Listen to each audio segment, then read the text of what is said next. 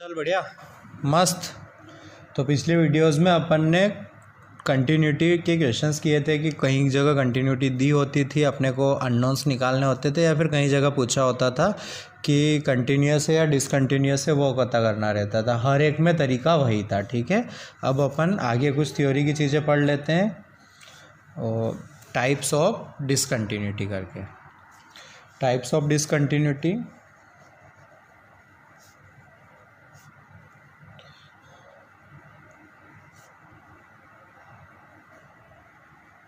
Types of discontinuity बराबर ना। तो दो टाइप में इन्होंने मतलब ब्रेक किया है।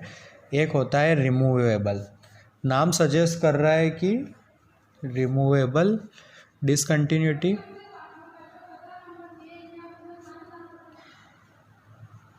और दूसरी होती है अपनी नॉन रिमूवेबल।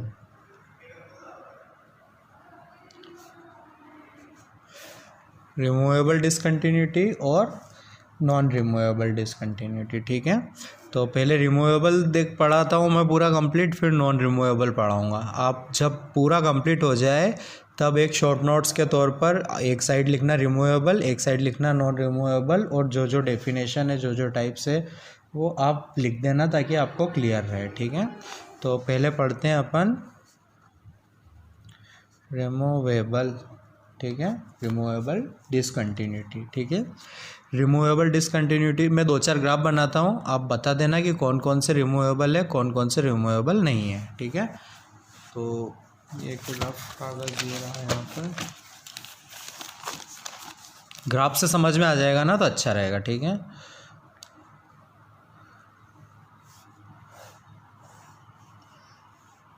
अभी मैंने डेफिनेशन तक नहीं बताई है, फिर भी देखते हैं अपन कि आप बता पाते हैं कि नहीं बता पाते हैं। फिर थोड़ी देर में अगर टफ लगेगा तो सॉरी, ये गलत बन गया।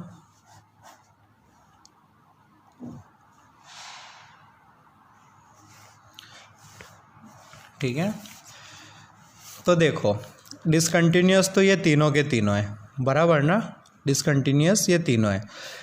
यहाँ पर सिर्फ ए डिफाइन नहीं है। तो अब देखना, अगर मैं ये चीज़ डिफाइन कर देता और इसको यहीं डिफाइन करता तो ये क्या हो जाता, अपना कंटिन्यूस हो जाता ना। तो इसकी डिसकंटिन्यूटी मैंने सिर्फ एक्स इज इक्वल्स टू ए को डिफाइन करके कर दी, समझ रहे हो ना। अब इसमें देखना, अब ये तो घोर डिसकंटिन्यूस है, इसमें अगर मैं इसको डिफाइन भी कर दूं तो कहाँ करूँगा, या तो यहाँ करूँगा, या तो यहाँ करूँगा, या यहाँ करूँगा, या यहाँ करूँगा, या यहाँ करूँगा। किसी भी केस में ये कंटिन्यूस नहीं होता है, तो ये नॉन रिमूवेबल है बराबर ना। अब देखना, ये डिसकंटिन्यूस है, ठीक है, बट अगर इसको एक यहाँ पर x इज इक्वल टू ए पर सपोज करो ये 4 आ रहा है और यहाँ आ रहा है 2, तो x इज इक्वल टू ए पर इसको थोड़ा सा बदल के 4 की जगह 2 कर दूंगा तो ये कंटिन्यूस बन जाएगा ना। तो मतलब कहने का मतलब, ध्यान से सुनना, अगर x इज इक्वल टू 2 बदलने से, सिर्फ और सिर्फ x इज इक्वल टू ए पर वैल्यू बदलने से कंटिन्यूस हो जाए, सिर्फ और सिर्फ x इज इक्वल टू ए को रीडिफाइन कर देने से, रीडिफाइन कर देने से, सिर्फ x इज इक्वल टू ए की वैल्यू बदल जाने से अगर डिसकंटिन्यूस कंटिन्यूस हो जाए तो वो रिमूवेबल टाइप, अगर ना हो पाए तो वो नॉन रिमूवेबल टाइप। ठीक है, तो यहाँ समझते हैं। अब अपन फिर से वही एग्जांपल लेंगे जो उस कागज़ पर लिए थे। ठीक है, रिमूवेबल के लिए होता है, कंडीशन होती है limit x tends to 1 f of x necessarily exist. ठीक है, but it's either not equal to f of a or f of a does not exist। ठीक है ना। इनके ग्राफ देख लो आप, बराबर ना। Either not equal to F of A, मतलब लिमिट एग्जिस्ट, मतलब एल एच एल और आर एच एल इक्वल आ रहे हैं, बट ए पर वैल्यू अलग अलग आ रही है। ठीक है, तो ये रिमूवेबल है। 4 की जगह 2 डिफाइन कर दो तो कंटिन्यूस हो जाएगा।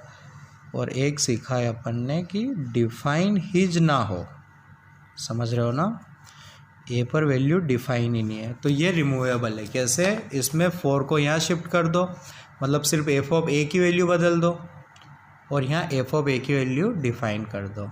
ठीक है, और L H L R H L necessarily equal होने चाहिए। ठीक है, नेसेसरली इक्वल होने चाहिए। ठीक है, इसको फिर उन्होंने बोल दिया नाम कि पॉइंट मिसिंग था, तो इसको बोल दिया इन्होंने मिसिंग पॉइंट डिसकंटिन्यूटी। ठीक है, और इसको बोल दिया आइसोलेटेड पॉइंट डिसकंटिन्यूटी। एक पॉइंट आइसोलेट हो रहा है, अलग से डिफाइन हो रखा है। ठीक है, आइसोलेटेड पॉइंट डिसकंटिन्यूटी समझना है ना। नेसेसरीली एग्जिस्ट करना चाहिए, but it's either not equal to F of A, मतलब L H L R H L confirm equal है। मैथमेटिकली लिखूँ तो क्या लिखूँगा? L H L is equals to R H L must, but ये not equal आए F of A के। ये मस्ट है और ये इक्वल नहीं होना चाहिए एफ ऑफ ए के, तो होता है अपना रिमूवेबल, तो होता है अपना रिमूवेबल। मतलब ये 2 ग्राफ। अब जहाँ डिफाइन ही नहीं हो, मतलब पॉइंट मिसिंग हो, तो उसको बोलते हैं मिसिंग पॉइंट डिसकंटिन्यूटी।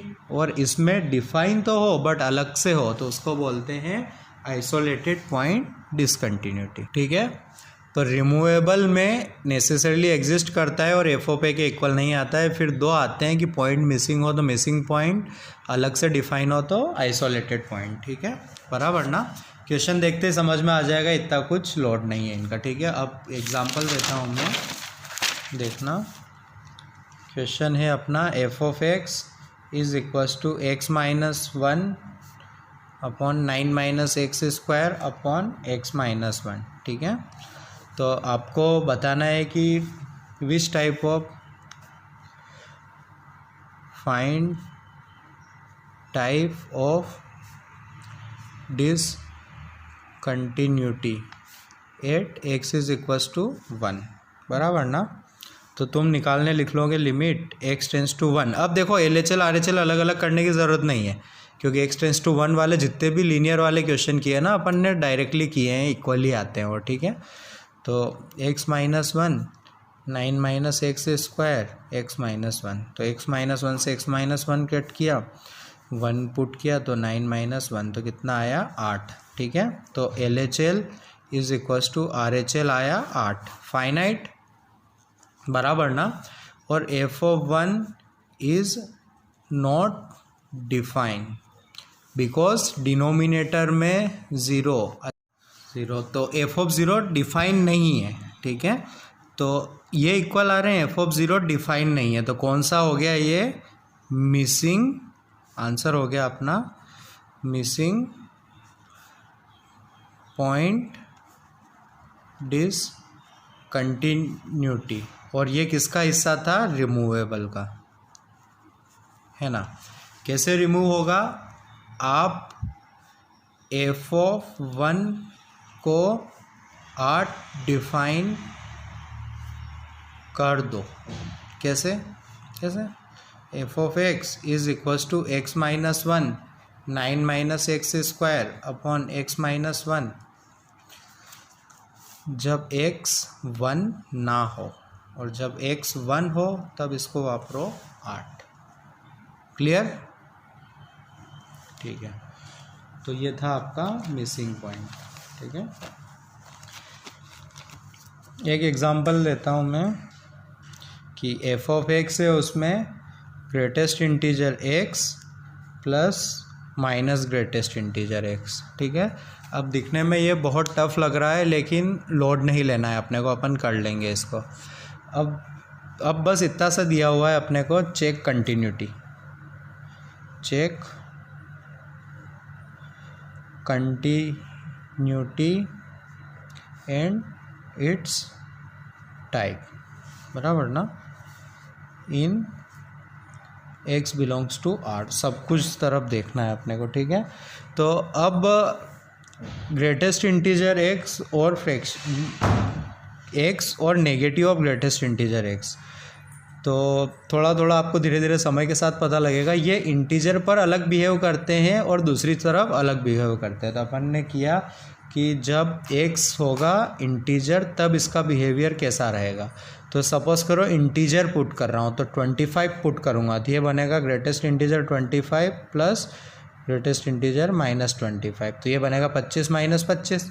या फिर बोलूँ कि जब इंटीजर पुट करूँगा मैं तो इंटीजर प्लस ऐसा आएगा ना, इंटीजर का greatest integer integer he, negative of integer का ग्रेटेस्ट इंटीजर इंटीजर ही। तो जब x इंटीजर होगा तब आंसर आएगा 0।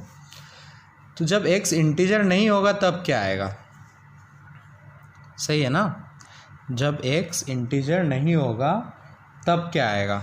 तो अपन ने देखा तो हमने बोल दिया कि इसको ऐसा लिख देते हैं, x ग्रेटेस्ट इंटीजर x को लिख सकता हूँ मैं x plus x, greatest integer x को लिख सकता हूँ x minus fractional part x।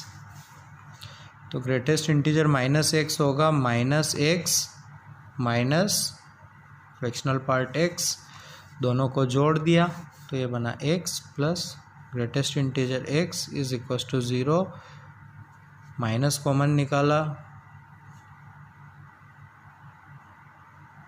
ठीक है, तो इसको सॉल्व करना अब तुम्हारी जिम्मेदारी है। ठीक है, फ्रैक्शनल पार्ट, ठीक है, तो आपका f ऑफ x जब इंटीजर नहीं है तब आया minus of fractional part x minus of plus आएगा ना, माइनस कॉमन निकाल लिया था ना, plus negative of fractional part x। ठीक है, तो अब आप एक एग्जांपल के साथ ले लो। ठीक है, x को फ्रैक्शनल पार्ट निकालना है अपने को। तो सपोज करो फ्रैक्शनल पार्ट क्या आता है अपना, 1 से छोटा आता है ना, फ्रैक्शनल पार्ट कितना आता है अपना, 1 से छोटा आता है। तो हम बोलेंगे कि फ्रैक्शनल पार्ट x आता है 0 से 1 तक, बराबर ना।